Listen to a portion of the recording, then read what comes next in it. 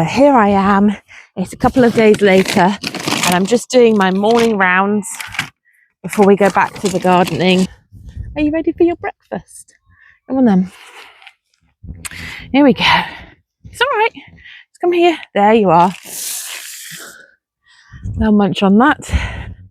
Now, every single day, without fail, I am having to refill their water bucket because they keep knocking it over. It seems to be a game they play. So I'll go and get that done now. And then I need to deal with my chickens and then back to the garden. Ducky is now having some grain, some brewer's yeast and some dandelion leaves in water. He comes and enjoys that, don't you, boy? Come on then, come get your... That's it. And he's straight in there. He likes that. He is so much bigger than the others. It'll be nice when we get some more duck chicks. The brewer's yeast has B vitamins and he needs those for healthy development and growth. Ducks can have trouble, particularly running ducks, with their legs if they don't have enough B vitamins. So keep him nice and healthy. And the chicks seem to enjoy the bits of dandelion too, which is nice. But we fill that up a few times each day. I'm turning my attention today to this row that Kevin dug up. Now, some things are still growing quite nicely, as you can see. And so what I'm going to do is fill in the really big holes with some fresh compost because I don't want to start poking around and I don't want to lose what has started growing in there. And then I'm going to re-sow in all the gaps. So here, as you can see, I've got a couple of bits growing, but the remainder of the row is gone. So I'm going to fill gaps with compost and then get sowing. I feel a time lapse coming on.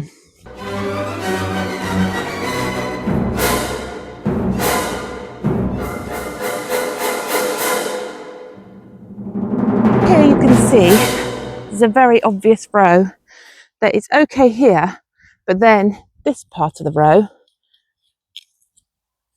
is empty. So we're going to make a little furrow there. And this applies to, you don't have to do this just if something destroys your crop. Obviously, when you harvest, you have your packet of seeds ready. And as soon as something comes out, something else can go straight back in again. That is the brilliant thing about direct sowing. So I'm going to make another. This must have been a parsnip row because there's nothing here. So I'm going to find something to go in there as well. So there we are. I've made my shallow furrows, grab my watering can. Where possible, I'm going to sow the same as what was in that row just to make it easier for harvesting and for me knowing what things are. So here we go. Put some water at the bottom of so that the seeds are in contact with damp soil. Now, all of these crops that I'm sowing today can be sown continually right the way through June, some of them into July. So I'm going to start with the spring. This is perfect weather for sowing because it is drizzly today, but we are due a lot of rain over the next week, which is going to keep them watered and moist, and they're not going to dry out. So that's those done. Now these are clearly beetroot, bull's blood, they'll do. Each beetroot seed contains multiple seeds. Now I didn't notice, I pre-soaked all my seeds last time. I didn't notice a difference, so I'm not doing that this time. But each of the each of the seeds are quite large, contain multiple seeds, parts of the seed, and so sow them sparingly. Wherever you put a seed, you'll have 2 or 3 beetroots come up. So you don't need to do too many seeds. I sowed these individually also. Cover those over. And by watering before you put the seeds in and then pressing down, making sure they've got good contact with the soil, what you're doing is just making absolutely certain that the seeds are in contact with damp soil so that they're most likely to germinate. I'm going to put some more carrots in. I like Autumn King. They are my favourite carrot because they're so reliable. They grow so willingly. Nice long straight roots usually for me. always sow them very sparingly. I hate the thin. The reason I hate thin is the smell attracts carrot fly, and I don't enjoy netting things. So I like to make sure I sow really thinly to avoid that problem. So I've got some carrots in there. Cover those over. Really important when you sow carrots that they go onto damp soil and that they also stay wet throughout their germination phase, because if they dry out, your seedlings will fail. Okay, I'm going to carry on and finish up the rest of this, filling in the gaps, and then we'll come back. So I have this area here where I originally sowed under the bottles, and it did work, but I don't think it worked any better. Grab that weed while I see it. Any better than sowing in the open. So I ditched that idea because it takes a lot of bottles to sow things. I filled the holes, as you can see, the pigs made with their trotters with fresh compost rather than digging around. And I thought with this patch here, what I would do is I would get some bits and pieces of herbs in. So that's going to be chives, that's going to be dill. These are going to be the garlic chives. And as they grow, I can always divide the clumps and move them around as well. Right, I'm going to water the bottom of the hole so I don't have to disturb the seeds. There we go. Garlic chives first. So it's just going to be a nice herby end, I think. Herbs here, and then the peppermint chard, obviously. What a nice bunch of chives coming up there. Garlic chives these are. And then I'm just going to lightly cover that. I don't want the seeds too deep. Peppermint chard. Make sure I'm watering the bottom of the hole again. It doesn't matter what the seeds are, you always water the bottom of the hole.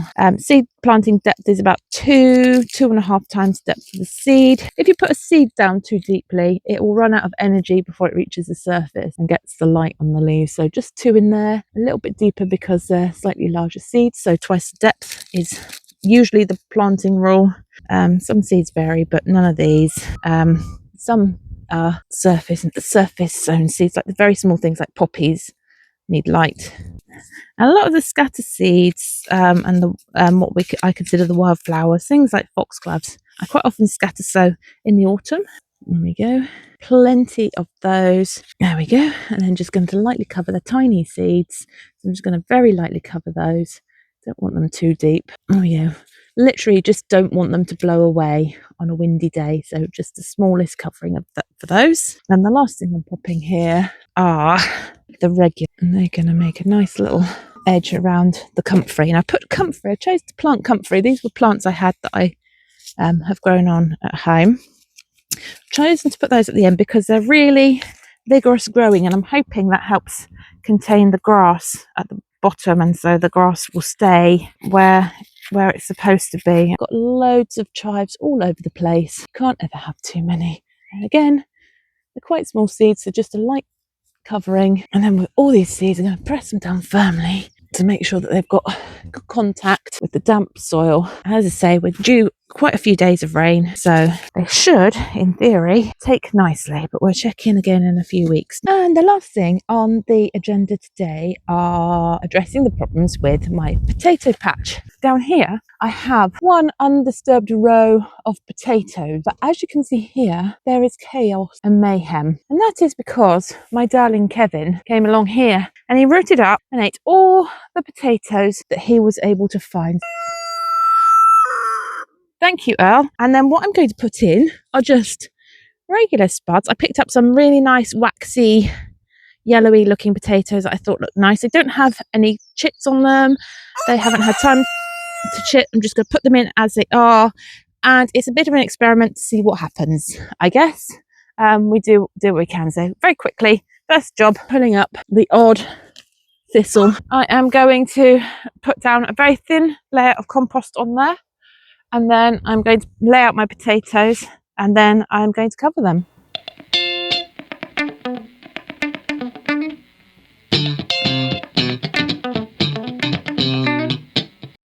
So I'm just going to come here so I can step over, lightly cover these potatoes. They don't need much covering with fresh compost. Mostly their roots will go down into the compost that was already underneath them.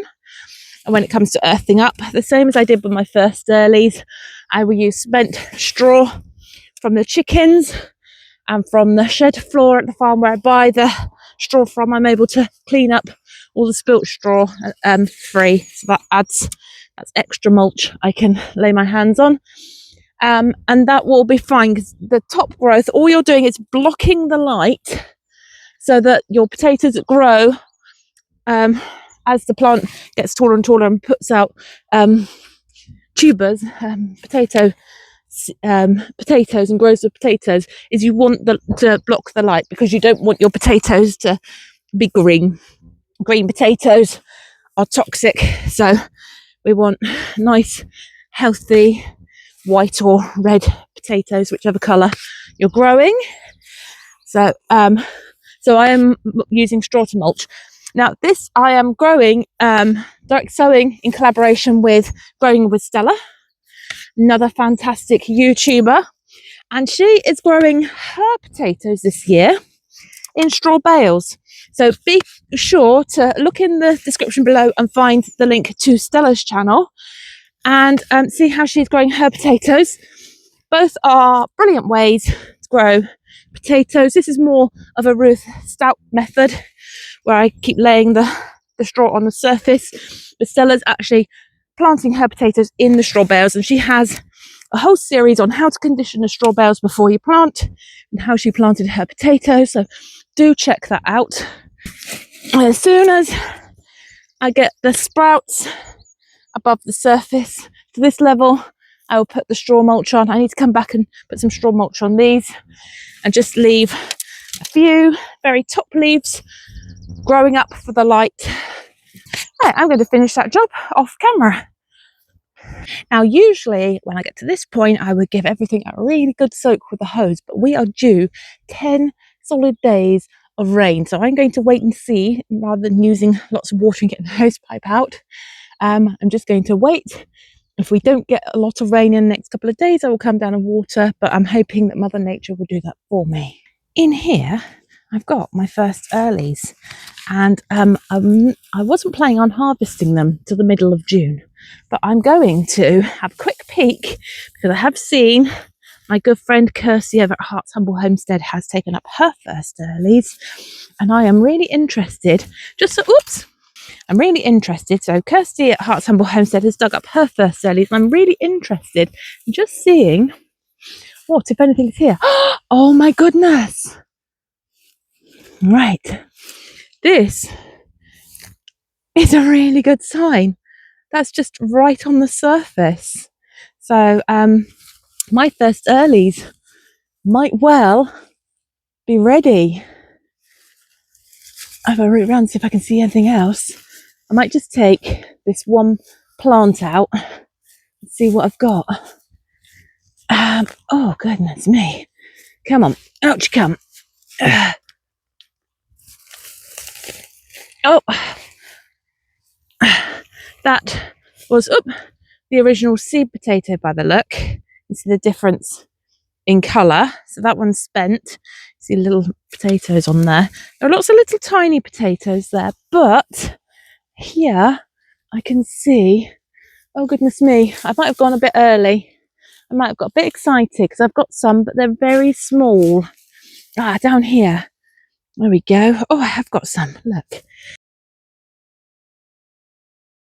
And I will have to go through dozens and dozens of these tiny ones, so I'm going to leave them. But I've got 4 big spuds from that one plant. So, oh no, 5, because I can see another one there that's dropped. 5. That one's kind of smallish. That's oops, drop them. So, smallish, but I've got lots of really tiny ones as well, so that's not bad for one potato plant. I would have got more because there were lots and lots of really tiny ones hanging on. So I'm going to leave the rest. I'm going to enjoy these ones later. This one's, look, a nice new potato. Look, it's got the flaky peely skin we're all familiar with, and I'm looking forward to having some of those, but I am going to give them 2 more weeks, and when those so peg those back in again. When those have come out, this is where my sweet potato slips are going to go. Right, well, I have had the most fabulous time. Thank you for spending it with me. and I really appreciate your time. If you have enjoyed this video, please hit the like and subscribe buttons, and I will see you again next time. Take care now. Bye.